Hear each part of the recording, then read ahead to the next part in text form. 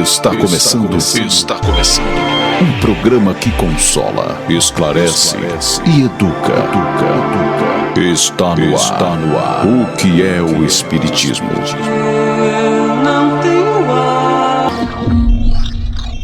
Olá, eu sou Reinaldo Linhares. Estou apresentando o programa O que é o Espiritismo, que é uma realização do Grupo Divulgar Doutrina Espírita, para a rádio web divulgar.net. Estamos no ar todos os sábados, neste mesmo horário, levando aos lares dos nossos ouvintes esclarecimento do Evangelho de Jesus à luz da doutrina espírita. Agradecemos aos nossos queridos ouvintes e seguidores pela audiência. Nosso tema de hoje é os desertores da vida. Mas antes de entrar no nosso tema, vamos ouvir o nosso momento de reflexão com a mensagem Silencia e Espera, tirada do livro Calma, de Emmanuel, pela psicografia de Francisco Cândido Xavier. Ouça agora, momento de reflexão.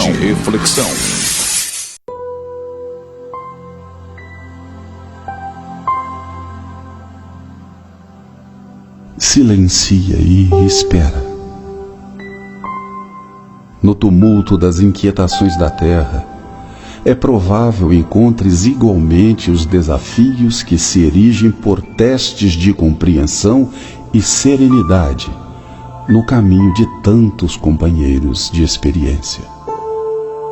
Quando possível, habitua-te a entesourar a paciência, com a qual disporás de suficientes recursos para adquirir as forças espirituais de que necessitarás, talvez, para a travessia de grandes provas, sem risco de sossobro nas correntes do desespero. Provavelmente, ainda agora, estarás suportando a incompreensão de pessoas queridas em forma de prevenções e censuras indébitas. Entretanto, se o assunto diz respeito unicamente ao teu brio pessoal, cala-te e espera. Se amigos de ontem transformaram-se em adversários de tuas melhores intenções, tolera as zombarias e remoques de que te vês objeto e de nada te queixes.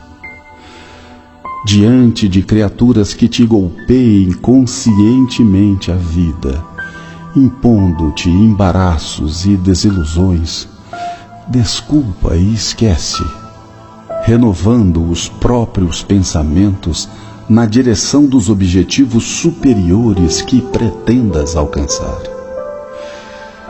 E ainda, mesmo que agressões e ofensas te firam nos recessos da alma, sugerindo-te duros acertos de conta à face da manifesta injustiça com que te tratem, não passes recibo nas afrontas que te sejam endereçadas e nada reclames em teu favor.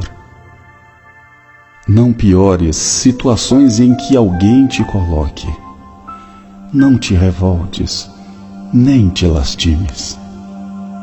Silencia e espera, porque Deus e o tempo tudo esclarecem, restabelecendo a verdade.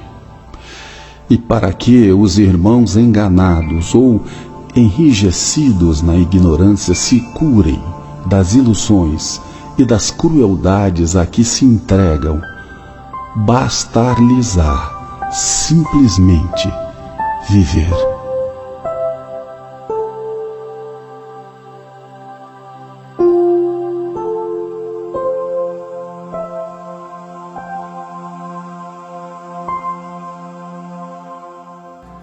Voltamos ao nosso programa. Acesse o nosso site www.divulgar.net e acompanhe toda a nossa programação. Acesse nossas redes sociais, Instagram, Facebook, YouTube. O nosso tema de hoje é os desertores da vida, como já falamos anteriormente. E para tratar do tema, contamos com a colaboração do nosso nobre companheiro, espírita, profissional de saúde, pois o tema requer conhecimento na área de saúde. O nosso convidado de hoje é o nosso companheiro e amigo Guest da Silva Ribeiro, que é psicólogo, trabalhador espírita da Seara Espírita Deus, Caridade e Amor e do Humberto de Campos. Seja bem-vindo ao nosso programa, Guedes. Muito obrigado pelo convite, é sempre um prazer poder participar com vocês e minha saudação a todos os nossos ouvintes. Bom, agora, antes de entrar no nosso tema principal, vamos ouvir uma música. A música é Prece do Alvorecer, na voz de Valda Cedices.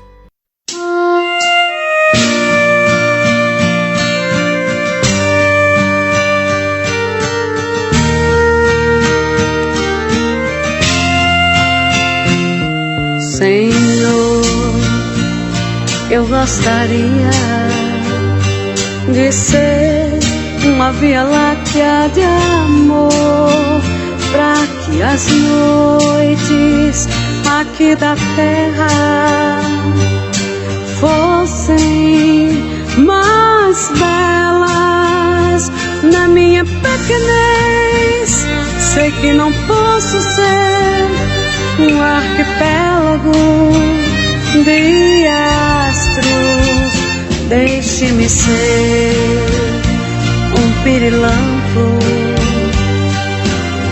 na noite escura, iluminando a amargura de quem anda na solidão. Eu queria ser a chuva generosa que, caindo sobre a terra, reverdece o chão. Senhor, eu gostaria de ser poeta, orador, artista, para encantar a grandeza da tua magia. Porém, me falta o astro, a poesia, a arte, a inspiração. Deixe-me apenas dizer-te que eu amo a vida para engrandecer-te por ser bela e colorida. Então, nada sendo, muito obrigado, Senhor, pelos dias que vivi. Muito obrigado, Senhor, porque nasci pelo teu amor. Obrigado, Senhor. Eu queria ser um jardim de flores de todas as cores para embelezar a terra. E quando alguém passar por mim e eu lhe perguntar: olá, como vai? E ele me interrogar: quem és tu? Eu direi: sou teu irmão, dá-me tua mão, eu irei contigo, sou teu amigo.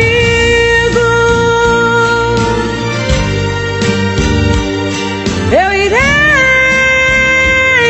contigo, sou teu amigo.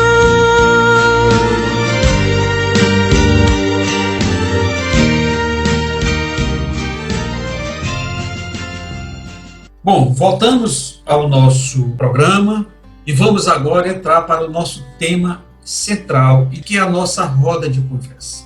A partir desse momento, você acompanha a nossa roda de conversa. O Espiritismo em Debate. Como nós falamos anteriormente, hoje o nosso tema é os desertores da vida. E aí eu inicio com o meu amigo Guedes, dizendo: meu amigo, desertores da vida são as pessoas que desistiram da vida e os que desistiram de viver. O Leon Denis, no livro O Problema do Ser, do Destino e da Dor, ele nos diz o seguinte: os motivos do suicídio são de ordem passageira e humana. As razões de viver são de ordem eterna e sobre-humana. Então, a vida é sobre-humana. Então, nós precisamos parabenizar a vida, viver a vida conforme ela nos apresenta. E aí, meu amigo Guedes, eu vou começar com você lhe fazendo uma pergunta que é muito importante sobre esse tema, mas uma pergunta que vai fazer essa abertura. Como nós vamos falar de dores e sofrimentos, eu queria primeiramente perguntar ao amigo: o sofrimento é uma injustiça? essa tua pergunta me remete a uma outra bem tocativa. Alguém, em determinado instante, pergunta assim: se Deus tudo fez, quem fez o mal? Se Deus tudo fez, quem fez o sofrimento? Tudo é um termo absoluto, não sobra espaço para mais nada. E aí, a doutrina espírita, ela nos remete a um dos seus pilares, que é o princípio da evolução. Nós somos seres evolutivos, nós somos criados simples, no sentido de singelo, ignorantes, no sentido de totalmente desprovidos de qualquer conhecimento, qualquer experiência. E vamos acumulando essas experiências ao longo de muitas existências. Inclusive, nós digamos assim, nós estagiamos nos vários reinos dos seres vivos. Nós, seres humanos, já somos um ser vivo muito elaborado, mas nós já fomos outros seres. E, nesse processo evolutivo, nós fomos adquirindo as habilidades, as competências que temos hoje. Uma das nossas pendências mais graves, já nesse estágio de humanos, é que nós nos encantamos com a matéria e começamos a acreditar que a finalidade da vida é a matéria, nos esquecendo da nossa essência, que é espiritual. Eu me remeto a essa fala do grande Leon Denis, que tu citaste há pouco. Ele diz assim: os motivos do suicídio são terrenos, são do cotidiano. Os motivos para viver são eternos. E aí, talvez nós, psicólogos, que sempre temos nossos ídolos, eu me remeto a Carl Gustav Jung, que é meu ponto de partida, meu psicólogo paradigma, digamos assim. Eu me baseio sempre no pensamento de Jung. Aliás, a psicologia espírita hoje é uma psicologia baseada em Jung, e também, depois de Jung, em Viktor Frankl. Ambos diziam encontrar um sentido para a vida. E esse sentido, ele remete a isso que o Leon Denis chamou de motivações divinas, tá certo? Muitos de nós, a maioria de nós seres humanos, temos muita dificuldade de estabelecer o sentido da nossa vida, um sentido amplo, grandioso. Quando não temos um sentido para a vida, os problemas do cotidiano, isso tudo que é passageiro, se torna de maior relevância. Esse é um ponto central. Hoje, as terapêuticas mais eficientes para a depressão, elas buscam exatamente conversar, ajudar o cliente a encontrar um sentido para ele. Então, o sofrimento não é uma injustiça, é uma coisa normal da nossa vida, todos nós sofremos em função dessa evolução que vemos ao longo dos reinos, ao longo da vida. Então, a gente se encanta com algumas coisas, comete alguns equívocos e passa por algum sofrimento para redirecionar o nosso caminho. É mais ou menos isso, não é isso, Guilherme? A evolução, ela tem como um lastro, o que dá sentido à evolução é exatamente o aprendizado da lei divina, ou lei natural. No momento que nós vivemos, nós ainda estamos assim, conhecimento muito pobre da lei divina. Isso faz com que nós imponhamos sofrimentos a nós mesmos, tá certo? Nós nos colocamos em situação de sofrimento. Continuando com o nosso programa, Guilherme, aí eu vou fazer uma outra pergunta para você.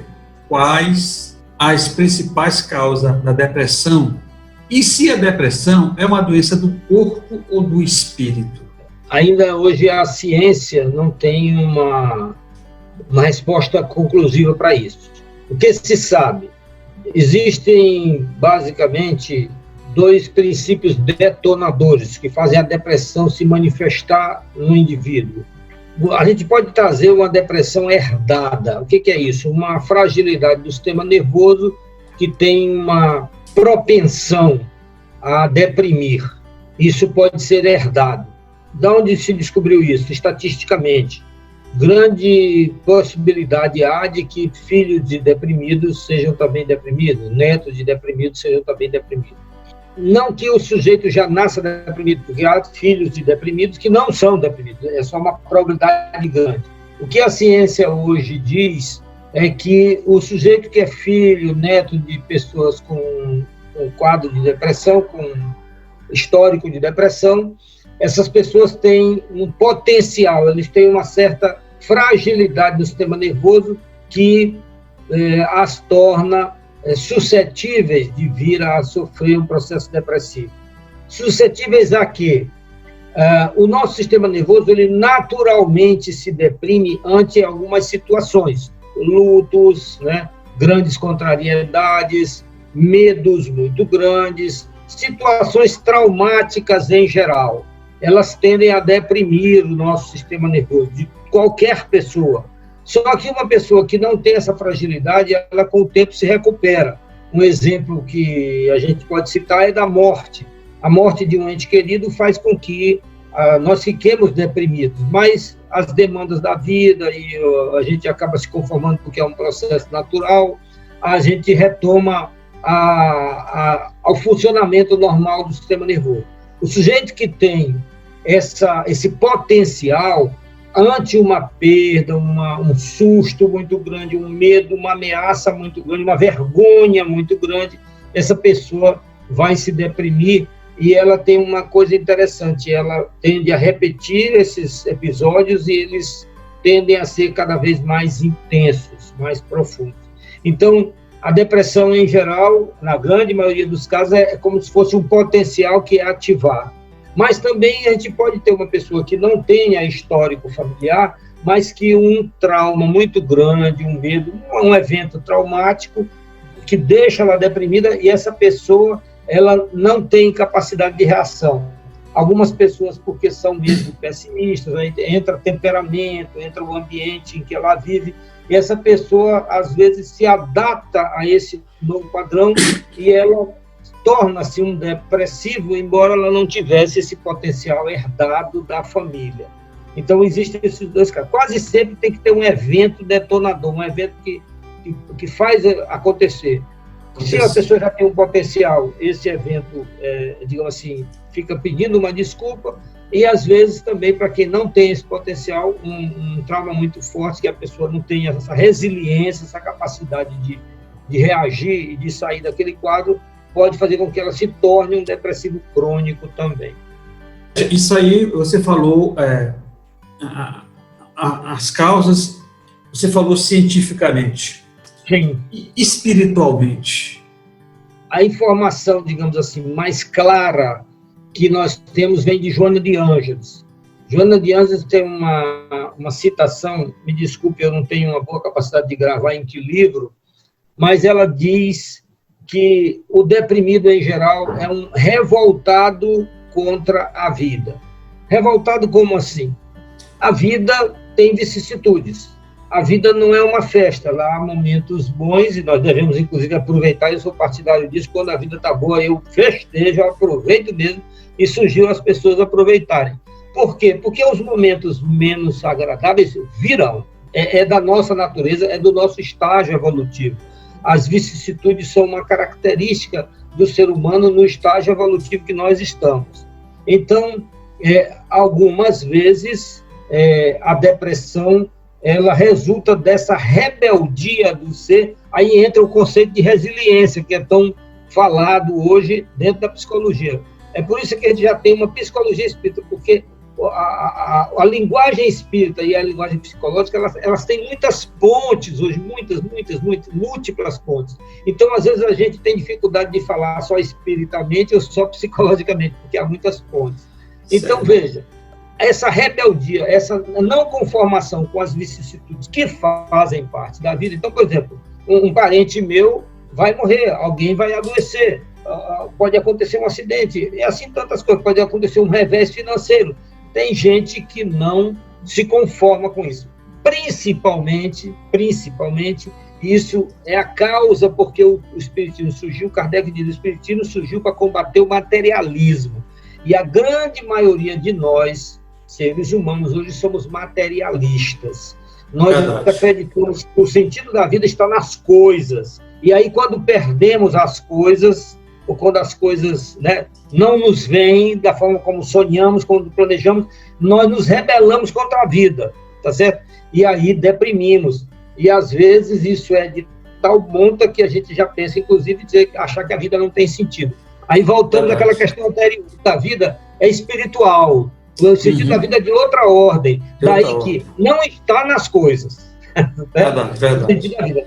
Aí eu vou usar uma frase do Nietzsche, que eu acho linda e poética. As pessoas acham que Nietzsche é sempre para baixo. O Nietzsche diz uma coisa que eu acho linda e que é bem a propósito, dizendo assim: quem tem um porquê suporta quase qualquer como.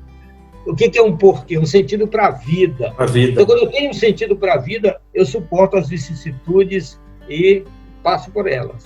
Verdade. Meu amigo, me diga uma coisa. Mas o que fazer para curar a depressão ou viver bem com ela? Que tem alguns casos que você não consegue curar. Mas como fazer para viver bem com a depressão? A pessoa com sintomas depressivos deve procurar o médico, em primeiro lugar. Um médico psiquiatra.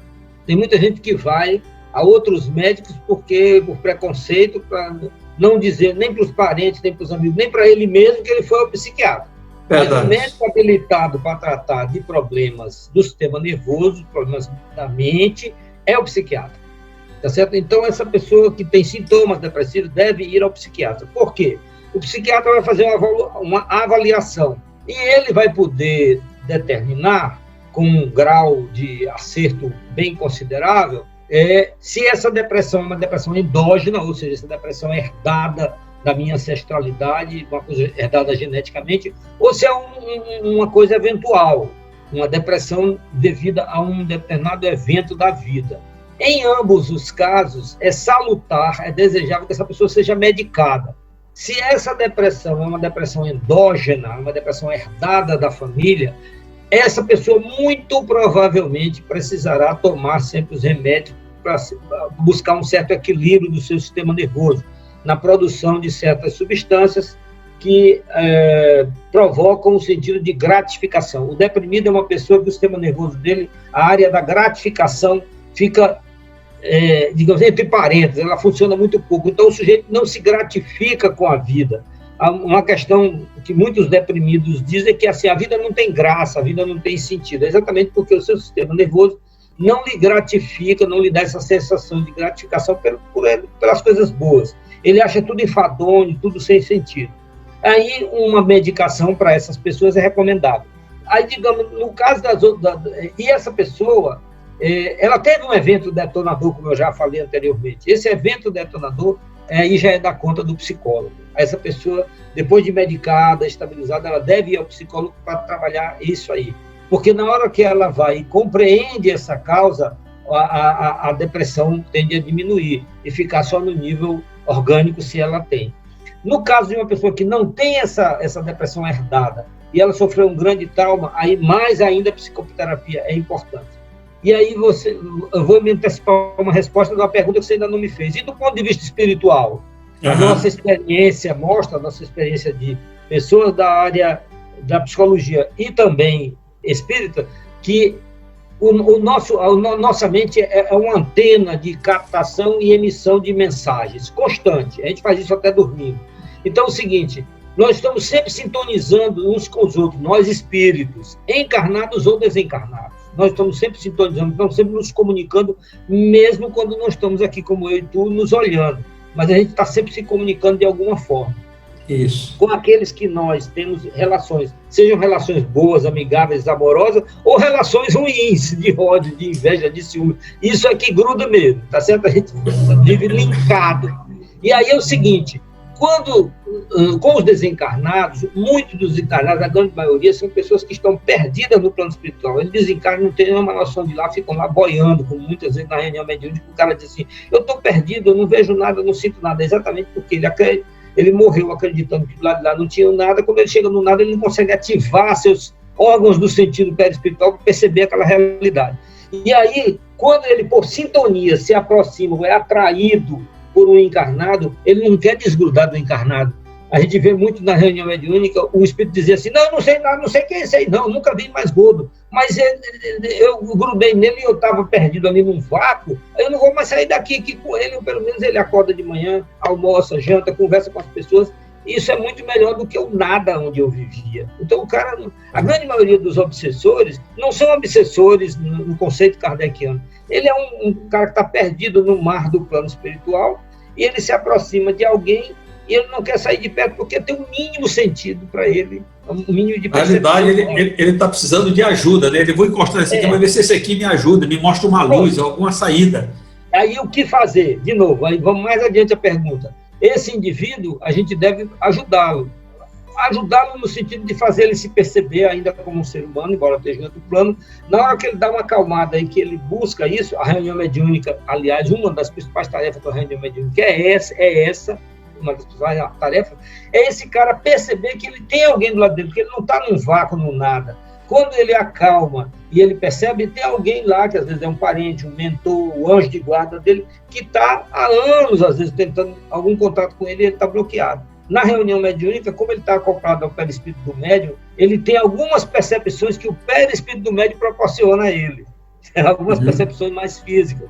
E aí ele consegue perceber a presença do mentor, do parente desencarnado, ou de algum amigo que está orando por ele. Essas coisas todas ele começa a perceber com a ajuda do chamado choque anímico. Aí é que está o choque anímico no conceito kardeciano.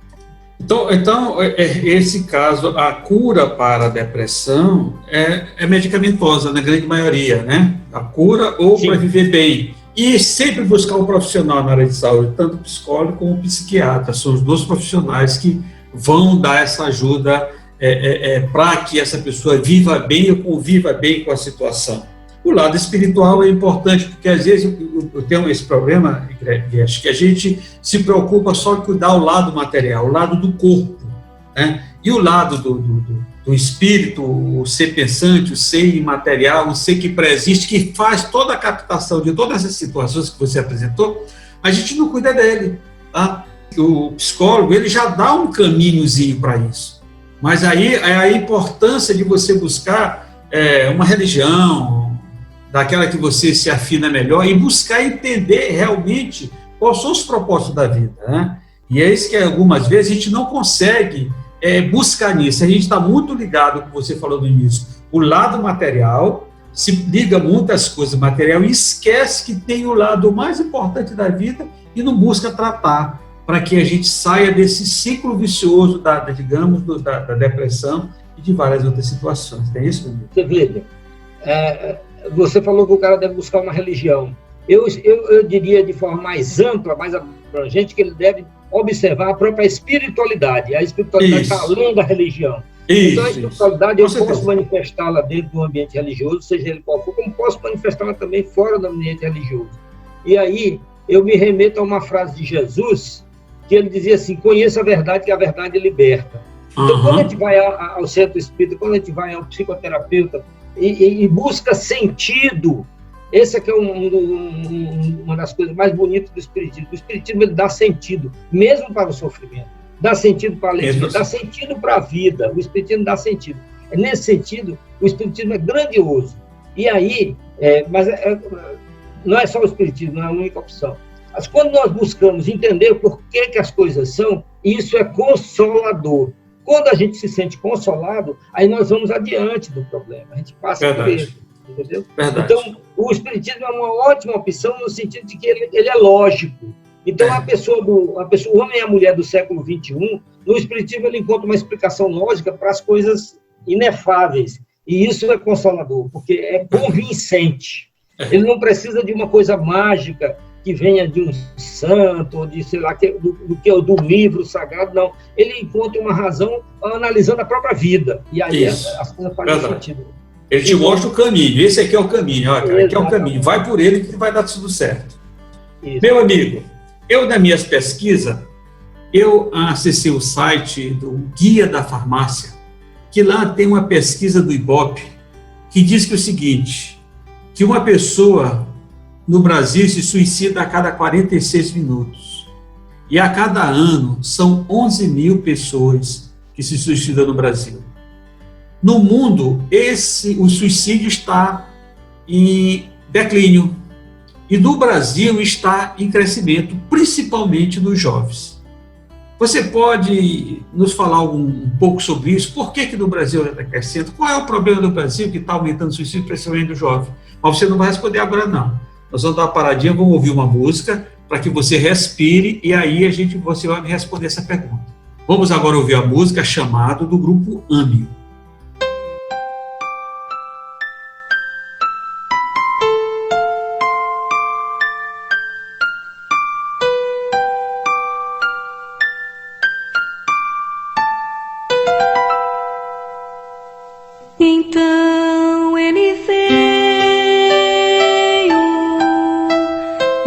disse: já é hora de seguir,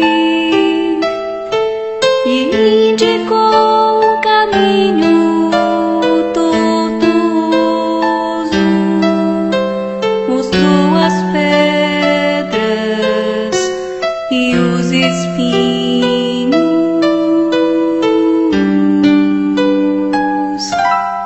E quando viu que o medo assolava os nossos corações, nos fez olhar o sol atrás dos montes, só disse: confie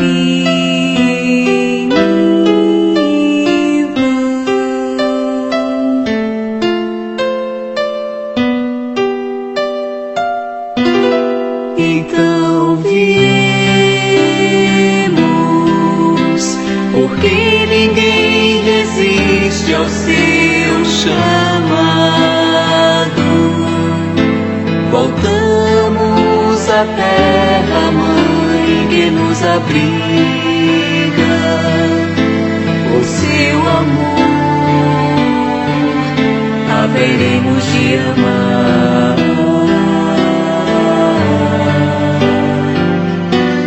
E ao final da luta, Ele haverá de estar nos esperando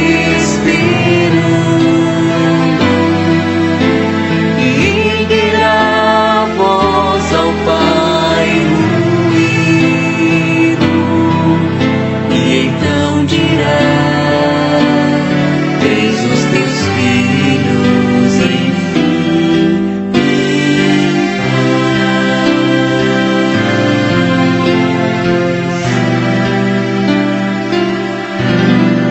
então viemos, porque ninguém resiste ao seu chamado. Voltamos à terra mãe que nos abriga, por seu amor haveremos de amar.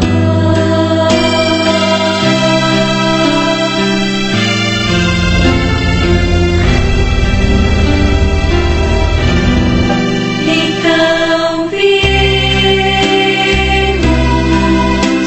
porque ninguém resiste ao seu chamado, por seu amor haveremos de amar.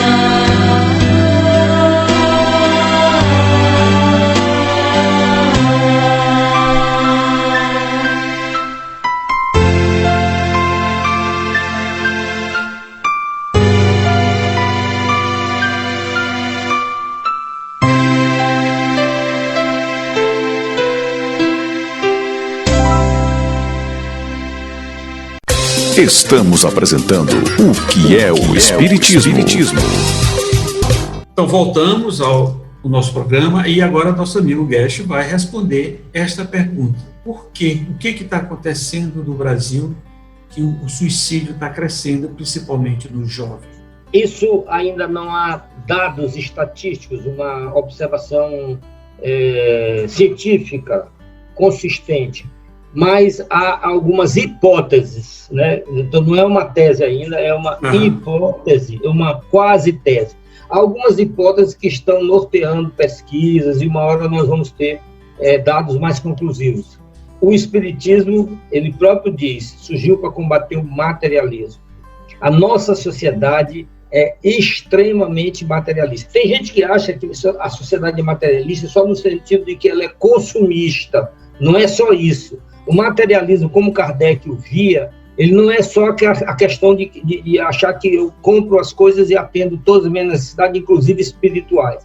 Na verdade, o materialismo ele faz com que nós descramos no espiritual. Nós acreditamos sinceramente, e isso é ensinado, inclusive aos jovens,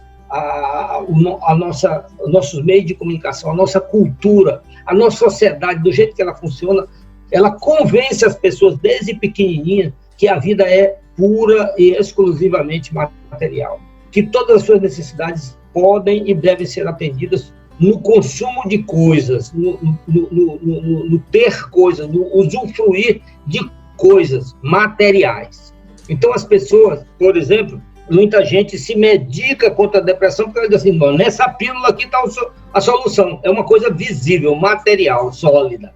É dizer, isso aqui eu acredito que realmente combata. Ir a um psicólogo, ir ao centro espírita, ouvir uma palavra e ser chamada a uma reflexão, uma autoanálise, isso é muito abstrato. Então, a pessoa que não entende, principalmente, ou que tem preconceito, ela diz assim, não, uma pílula assim vai resolver o meu problema. Até nisso, nós somos materialistas. A nossa sociedade, ela está, digo assim, investindo nisso, cada vez mais convencendo, formando as pessoas desde pequenininho que a vida é material, tá certo? E um dia chega a idade da razão, o sujeito, de repente, já fez 2, 3 pós-graduação, doutorado e tal, e aquele sonho dele não é bem como ele planejou, né? O sujeito é convencido que ele vai ser the best, né, o melhor do mundo, e de repente no Japão, na Coreia, na Finlândia, tem um cara best do que ele, mais best do que ele. E aí ele cai em depressão, porque ele acreditou nisso. Então, se o sujeito tem um sentido para a vida, de novo, voltando ao sentido da vida, um sentido amplo, espiritual, aí tudo isso se torna secundário. O cara vai ser muito bom, mas ele não precisa ser o melhor do mundo. Por que tem que ser? Tá certo? Os nossos jovens, eles são convencidos desde criança de que ele tem que ser um cara que vai virar notícia. Por isso é que tanta gente anda com essa mania de publicar. Entra no restaurante, publica o que comeu, depois publica o dinheiro que pagou, mostra com quem vai, para onde vai, que hora que amanheceu, se mostra até escovando o dente. É porque o cara tem esse desejo cultivado desde criança de ele virar notícia, dele ser uma coisa da mídia. E aí, Guedes, muitas dessas pessoas que aparecem aí nas redes sociais, na mídia, como as pessoas mais felizes do mundo, talvez sejam as pessoas fora da mídia. É um personagem. É um personagem que o cara... É um personagem que ele está representando naquele momento. Isso acontece muito. E o que você está falando... Para vender. Para vender a imagem dele. Para vender o que ele não tem. Ele está vendendo o que ele não tem, às vezes.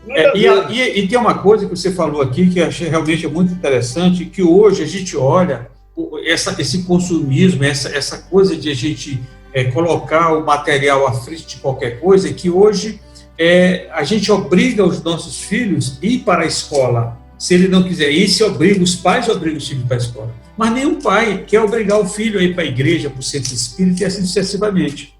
Às vezes, hoje, as crianças com 2, 3 anos já estão com o celular na mão, já jogam melhor do que os adultos. Então, tudo isso é atrativo, não é isso? Esses recursos não são ruins, é um caminho sem volta. Sim, sim. Olhar, tá certo? As coisas não são ruins em si. O problema é o uso que nós fazemos dela.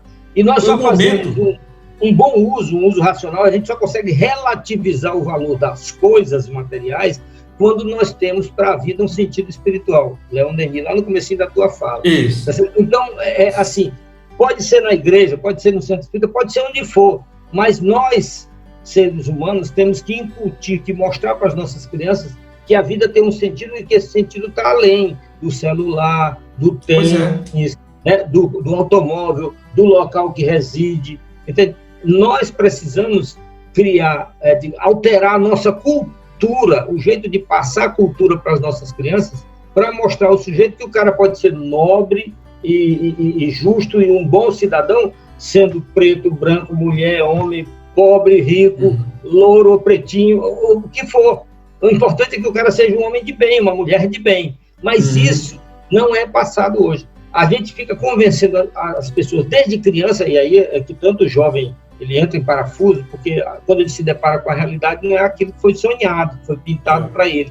E aí a gente fica convencendo as pessoas desde o começo que ele deve ser bem-sucedido. O que é ser bem-sucedido na nossa sociedade? É ter muitas coisas, ter acesso a tudo, irrestritamente. O cara é convencido desde criança. Quando ele chega à idade adulta, jovem ainda, às vezes ele ainda é uma criança mental, né? E ele descobre que ele não é the best of the world. Tá certo? Verdade. Quando ele descobre isso, às vezes ele não dá conta. Entendeu? Verdade. Então esse é o cuidado que nós devemos ter quando essas crianças chegam nessa idade, tem, digamos, essa decepção da vida, que tudo aquilo que foi pregado, que foi passado para ele entra nesse processo de parafuso, aí entra na depressão, aí às vezes envereda pelos caminhos tortuosos das drogas, e aí leva para várias situações que a gente vê no dia a dia. Não é isso? O que são a maioria das drogas? Elas são substâncias que prometem tirar o sujeito da depressão. Não só tirá-lo da depressão, mas levá-lo à euforia. Ele fica se sentindo Superman por alguns minutos, né? E depois o sistema nervoso dele se adapta, se acostuma com isso, e ele precisa de doses cada vez mais fortes para obter aquela mesma sensação. Chega a um ponto que isso vira um sofrimento, mas ele não consegue escapar. Mas veja, também esse processo é um processo de falta de sentido para a vida. Se o sentido da minha vida é não ter problemas, eu tenho que mudar de planeta, não é aqui. Aqui tem problemas para todo mundo. Então, assim, isso que a gente tem que ensinar para os nossos jovens, para as nossas crianças, que a vida, né, tem sim e tem não.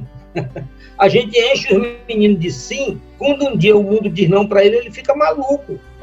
Ele não entende, ele não processa, né? Essa tua fala agora, vem aqui um pensamento. Será se os pais não estão falindo na educação dos filhos? Será se os pais não estão dando a devida educação ou a orientação correta aos filhos para que ele chegue na adolescência, na parte de adulta, mais confiante na vida, mais entendendo o que é vida? Será se não é isso? A gente os pais estão dando uma ilusão para os filhos que ele não conseguiu fazer aquela ilusão que ele passou para o filho, ele está passando, talvez ele até recebeu do pai, está passando para o filho, e será se não é aí que os pais estão falindo com os filhos, não estão realmente, não compreenderam também o objetivo da vida, e estão levando os filhos no mesmo barco que eles, sem ter um objetivo para a vida? Essa é uma ilusão coletiva. Veja só, o Kardec disse, o espiritismo surgiu para combater o materialismo. Mas se você olhar, o pensamento materialista, ele vingou no primeiro mundo todo. Os principais países, os países mais ricos, mais desenvolvidos do mundo, são materialistas. Eles ensinam materialismo no jardim de infância, tá certo? Eles ensinam materialismo no jardim de infância. Eu outro dia estava conversando com uns chineses imigrantes aqui em São Luís, e eles acham graça da religião. Lá, por outra via, o materialismo é ensinado do cara, já tem 3 gerações, 4, desde o jardim de infância, o cara é ensinado, não tem nada além da matéria. Eles acham uma graça, e eles, por delicadeza conosco, eles evitam essa conversa, porque eles não sabem nem o que dizer a respeito. Eles já estão na 3ª geração onde o materialismo é ensinado. Veja, esse é um papel nosso, de nós espíritas. Não só de nós espíritas, nós espiritualistas de um modo geral. Nós precisamos encontrar formas de fazer com que o espiritualismo, a visão mais ampla da realidade, ela se imponha à sociedade como um todo. Eu tenho cá minhas dúvidas se o ambiente religioso é o ambiente adequado para isso. Tenho a impressão que não. Por quê? Porque as religiões, de um modo geral, e o espiritismo sofre disso, infelizmente, também, quando ele assume um caráter muito religioso, ele entra nessa roda viva. As religiões, elas são mutuamente excludentes, elas são um espaço de disputa, de competição. E isso, assim, por definição, não deve estar certo esse treco. Não deve estar certo, por definição. Mas veja, o que acontece? O pensamento científico, aí o espiritismo tem a vantagem de se aliar à ciência.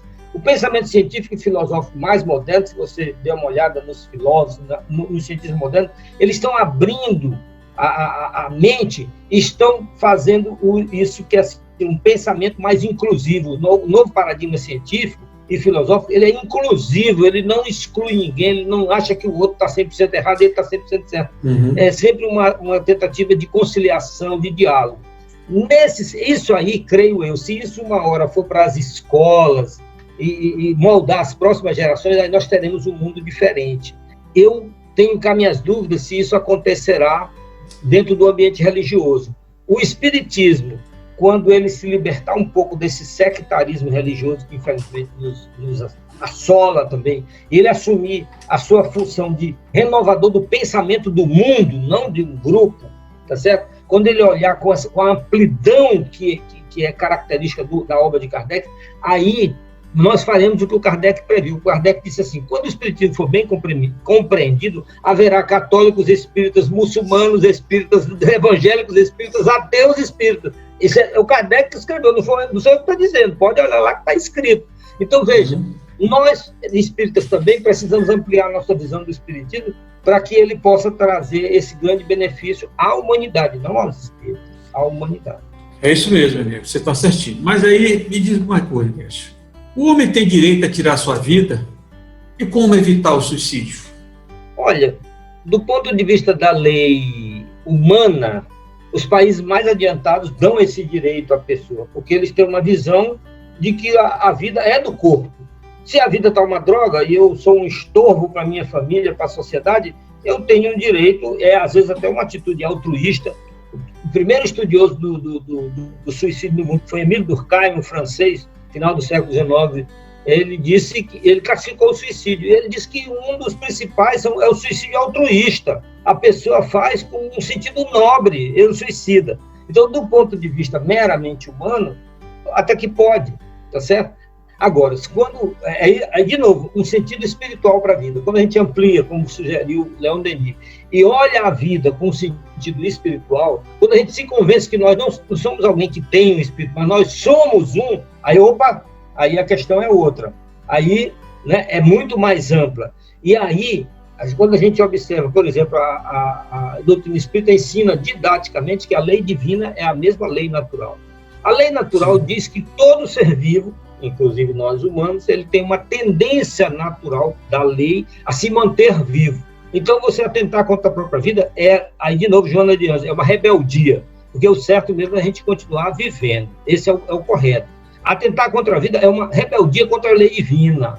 É uma atitude de rebeldia. Eu não me conformo com essa droga de vida que eu tenho, então eu vou me matar. É como se a gente fosse ofender Deus com isso, fosse provocá-lo. Deus é tão grande que ele não se provoca, e ele também não fica feliz com um acerto nosso, uma besteira nossa. A lei está aí posta, tá certo? O que nos cabe é compreender a lei. Quando nós passamos a compreender essa lei, nós sabemos que é da lei permanecer vivo. A gente vai fazer tudo o que é possível para permanecer vivo.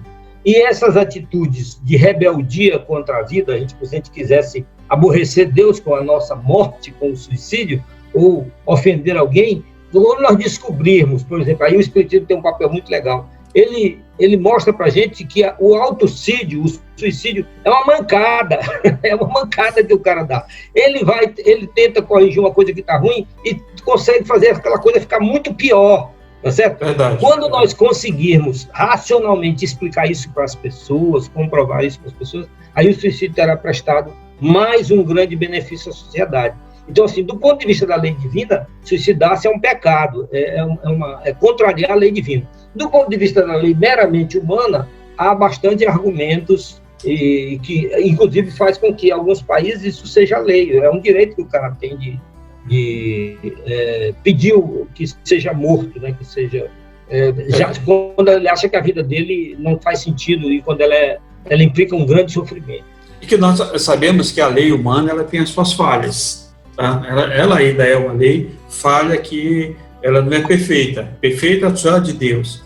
E toda vez que você segue a lei humana, deixa de seguir a lei de Deus, você está cometendo uma infração contra a lei de Deus. E quando você comete uma infração contra a lei de Deus, você vai ter que refazer aquela situação. Você vai ter que, como se diz, vai ter que ajustar aquela situação, refazer.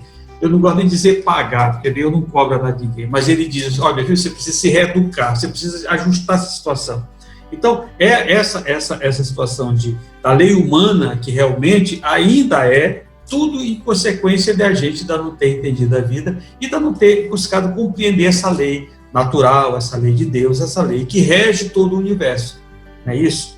Um dia, quando nós compreendermos a lei divina, a lei humana será a própria lei divina. As leis que nós temos é o que dá para a gente fazer agora. Ela já contempla avanços muito legais que a gente tem aqui também. Eu acho que a gente tem sempre que celebrar toda coisa boa que a gente faz pessoalmente e também que a gente faz coletivamente. Então, do ponto de vista coletivo, eu não gostaria nunca de nascer há 500 anos atrás. Eu sou muito feliz de ter nascido hoje. O cara que viveu há 500 anos atrás, ele vivia uma vida muito mais difícil do que eu. Eu, por exemplo, que não sou lourinho, que não tenho os olhos azuis, estava lascado. Ou talvez eu já estive lascado há 500 anos atrás. Com certeza tu teve, você não escapou dessa. Muito provavelmente. Agora, eu não sei se tu estava lascado ou se tu lascou com alguém por lá. Também, essa possibilidade existe. Mas veja, hoje, com um entendimento minimamente da lei divina, eu já sei, por exemplo, que é muito melhor estar aqui hoje do que ter estado naquele lugar, mesmo que lá eu fosse privilegiado. Então, veja, essa noção de cidadania, de direitos humanos, cara, isso são maravilhosas conquistas que aproximam a lei humana da lei divina. Sim. Então, hoje, a nossa lei é muito mais próxima da lei divina do que ela foi há um século atrás, 5 séculos atrás, 20 séculos atrás. Então, veja, esse progresso ele deve ser considerado e celebrado, e deve ser sempre perseguido. Mas esse é o caminho, a cada dia mais, em função da nossa evolução, tanto intelectual como espiritual, essa lei vai se aproximando, a gente vai vendo as correções, tá? Para que essas desavenças que ainda há, ela vai sendo diminuída, até porque nós precisamos de leis, às vezes, duras para que a gente mude, né? A gente precisa ser punido para que a gente se transforme, para que a gente aprenda a respeitar o próximo.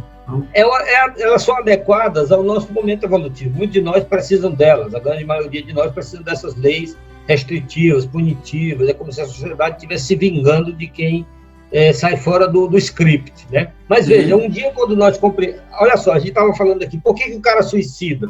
Porque ele fica depressivo ou porque houve um evento detonador. E eu citei alguns exemplos de evento detonador.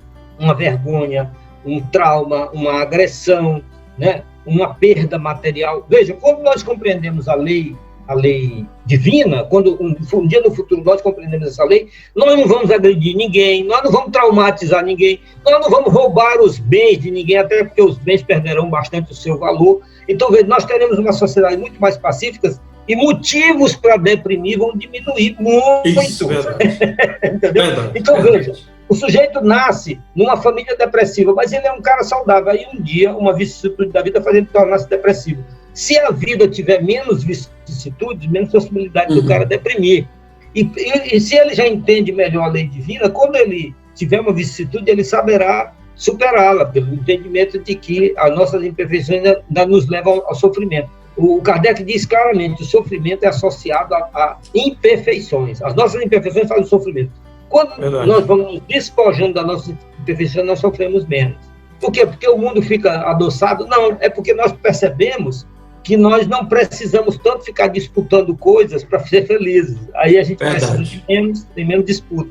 Igreja, a gente até falou um pouco disso, mas eu queria só reforçar mais isso. Então, o suicídio é uma opção, traz alguma coisa de benefício para a pessoa que comete isso? Ou não é uma opção, não é uma solução de um problema? Não vai resolver o problema? Ou ele resolve algum problema? Pronto, está aí uma contribuição do Espiritismo. Nesse sentido, é que nós espíritas, digamos assim, devemos investir no Espiritismo, enaltecer, digamos assim, puxar brasa para a nossa sardinha. O Espiritismo, melhor do que nenhuma outra doutrina, mostra que o suicídio não tem vantagem, que ele é uma mancada, ele é um gol contra que o cara faz. O cara consegue piorar o que está ruim com o suicídio. O Espiritismo tem argumentos lógicos para isso. Então, veja, do ponto de vista material, se eu acredito que a vida é só material, o suicídio, inclusive, como eu já disse, ele é contemplado na Constituição de alguns países. Mas porque esses países são altamente materialistas. E um dia lá o parlamento votou e uma maioria disse assim, olha, isso aqui é bom. Entende? Eu não fico condenando essas pessoas. Essas pessoas elas estão, com a melhor boa-fé, fazendo aquilo que eles acreditam que é o melhor para eles. Quando a nossa visão se amplia, e aí é um privilégio ter o Espiritismo para nos esclarecer, para ampliar a nossa visão, aí nós percebemos que mesmo nas situações em que o cara está sofrendo muito, que a vida dele está horrível, mesmo nessas situações o suicídio consegue fazer o horrível ficar pior ainda, entendeu? Então, esse entendimento, ele não está na matéria, a matéria não consegue dar esse entendimento para as pessoas. Esse entendimento, ele vem, o Espiritismo está nos dando. Por quê? porque o espiritismo... Vamos voltar a Leon Denis, lá no comecinho, que estou muito felizmente ele citaste. O sentido da vida é espiritual. Então, quando a gente busca um sentido espiritual para a vida, aí o suicídio é uma mancada. É um gol contra. É um tiro no pé. E aí, como você está falando muito do espiritismo, nós temos uma literatura farta no espiritismo que fala sobre esses assuntos. E aqui, eu falando só nas obras básicas, nós temos no Livro dos Espíritos, na questão 943 a 957, trata só desse assunto. Nós temos no livro Céu e Inferno, na segunda parte também, tem vários trechos de depoimento de pessoas que se suicidaram, mostrando a dificuldade e o sofrimento que eles passaram. Assim como no Evangelho segundo o Espiritismo, no capítulo 5 também tem um trecho que fala sobre o suicídio. Então, só nas obras básicas já tem várias informações para que a gente leia e encontre resposta para dizer não ao suicídio. Assim como várias outras obras de médicos. Se você pegar as obras subsidiárias dos autores clássicos, como dos autores modernos, tem livros e livros, assuntos e assuntos, ilustrando tudo isso que a gente está falando de forma mais contextualizada, com determinados personagens, mostrando... tem livros filosóficos, do Leon Denis, né? Que mostram isso e analisam isso com profundidade, com consistência, com lógica, com ciência, com filosofia. Assim, nós podemos, mas digo assim, o povão, as pessoas de um modo geral, isso é uma coisa que nós espíritas, né, precisamos encontrar o jeito, né, de falar ao povão e não esperar que o cara desencarne 3 ou 4 vezes e volte amante da filosofia para ler Leon Denis. Não, vamos combinar, isso não é cristão, isso não é fraterno. Então, cabe a nós, essa é uma tarefa nossa, é de um dia a gente conseguir dizer essas coisas numa linguagem que o homem e a mulher comuns entendam e se sintam atraídos por isso. Ele tem que dar um jeito disso virar um produto atraente. Verdade. A gente dizer com as pessoas e atrair as pessoas para prestarem atenção nessa nossa argumentação. Por enquanto, esse nosso discurso ainda é muito elaborado, é muito erudito, e aí ele se torna enfadonho para o público em geral. Verdade, meu amigo. Mahesh, quais são os canais que nós temos hoje para as pessoas que pensam em suicídio, que pode ajudar? As pessoas que estão pensando em suicídio, que estão passando por banhos de depressão, onde eles podem buscar ajuda? Aí, no nosso país, a iniciativa mais ampla e mais nobre nesse sentido é o CVV, que ainda existe, e ele tem sempre parcerias nos estados. Aqui, até algum tempo atrás, quem fazia isso era o Lar Pouso da Esperança. Ele, digamos assim, ele abrigava o CVV no Maranhão. Eu não sei onde é que está, mas existe. Essa é uma instituição nacional e ela funciona maravilhosamente bem. Muitas vezes o sujeito recorre ao suicídio por ele não ter quem lhe ouça. E o CVV ele tem esse condão, ele tem esse pressuposto. Ele diz assim: nós somos um ouvido compassivo, respeitoso, não julgador. Às vezes é só disso que o cara precisa, muitas vezes, não são poucas. Mas, além disso, nós temos, por exemplo, alguns estudiosos mostram o que é preventivo, o que previne o suicídio. Então, por exemplo, o sujeito se inserir num grupo cultural ou étnico. Então, isso previne o suicídio. O sujeito se inserir numa atividade lúdica, de esporte, de cultura. O sujeito ter uma fé, ele ser adepto de uma determinada denominação religiosa, isso também previne o suicídio. É porque nesses lugares a nossa humanidade ela pode se expressar, o nosso lado bom e o lado ruim também, porque lá nós vamos encontrar amigos que vão ter a grandeza e a paciência de ouvir também as nossas lamúrias, as nossas chateações, a nossa tristeza, tá certo? O ambiente religioso ele é perfeito para isso. E o ambiente espírita, especificamente, que é a nossa praia, digamos assim, ele já tem grupos, já tem pessoas treinadas, voltadas para isso, que é o nosso querido atendimento fraterno. Para mim, a porta de entrada principal na doutrina espírita é o atendimento fraterno. É ali que o sujeito que pensa que está ficando doido, pensa que a vida não vale a pena, ele chega ali e ele encontra alguém para lhe ouvir que já passou por isso, que já sentiu isso, que já viveu isso. Isso é altamente consolador e isso salva vidas. Então, assim, existe também para a pessoa que tem um sofrimento, buscar médico, obviamente, tá certo? Mas do ponto de vista mais da nossa doutrina, a gente amplia essa visão e diz que por um telefonema, de uma forma anônima, o CVV é uma opção maravilhosa. E as igrejas, tem muitas que têm um processo de acolhimento, de ouvir essa pessoa, né, de dar um acolhimento. Os centros espíritas, todos eles têm, geralmente, um trabalho desse tipo. Beleza, então nós temos vários canais aí que podem ajudar, nós temos vários centros espíritas espalhados aí pela cidade, né? Tem também várias igrejas que sempre têm um trabalho voltado para isso. Então, as pessoas que pensam em suicídio, antes de agir, busque alguém que possa lhe ajudar, porque, com certeza, as pessoas que fazem a opção pelo suicídio, que pensam que vão descansar, vão se livrar dos problemas, lê do engano, porque eles vão acarretar mais problemas e o sofrimento será redobrado. Então, diga não ao suicídio. Antes de qualquer ação dessa natureza, busque uma casa espírita, uma igreja, um templo religioso, o CVV. Então, tem vários canais. Então, realmente, antes de você tomar uma decisão, busque alguém para tentar lhe mostrar um outro caminho, uma outra vertente, para que você faça uma reflexão diferente, não fique focado só no suicídio, porque realmente não será uma passagem boa, mesmo para aqueles que não acreditam que do outro lado não tem nada. Eu posso não acreditar numa verdade, mas a verdade sempre será a verdade. Então nós precisamos realmente, mesmo que eu não acredito, mas eu vou testar, vou na lei da probabilidade, 50% para um lado, 50% para o outro. Eu não acredito, mas eu vou ver se realmente alguém que acredita me convence que eu acredito. Numa hora quando você é convencido, quando você busca auxílio numa dessas instituições que tem por aí espalhada para lhe ajudar contra essa decisão equivocada. Bom, meu amigo, estamos chegando ao final do nosso programa, estamos chegando já há um bom tempo, o papo foi muito legal, muito bom, eu acho que foi bastante esclarecedor, eu espero que os nossos ouvintes e seguidores tenham gostado, e nesse momento eu quero colocar o nosso microfone para o nosso amigo aí, falar da Casa Espírita.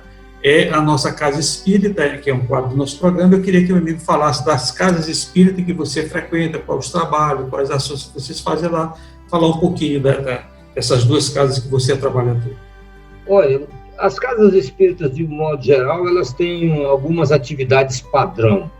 E aquilo que é mais atinente ao nosso assunto de hoje é o atendimento fraterno.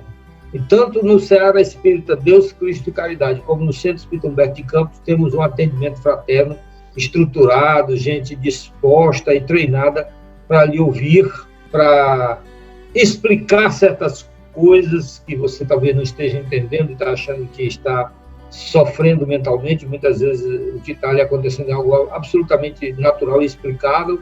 Esse é um local muito adequado de a gente vivenciar a nossa humanidade, a gente acolher o irmão sem nenhum custo de espécie alguma, apenas o desejo de agir fraternalmente. Nos centros espíritas isso existe, funciona. E no centro espírita que eu participo, especificamente, isso é uma realidade.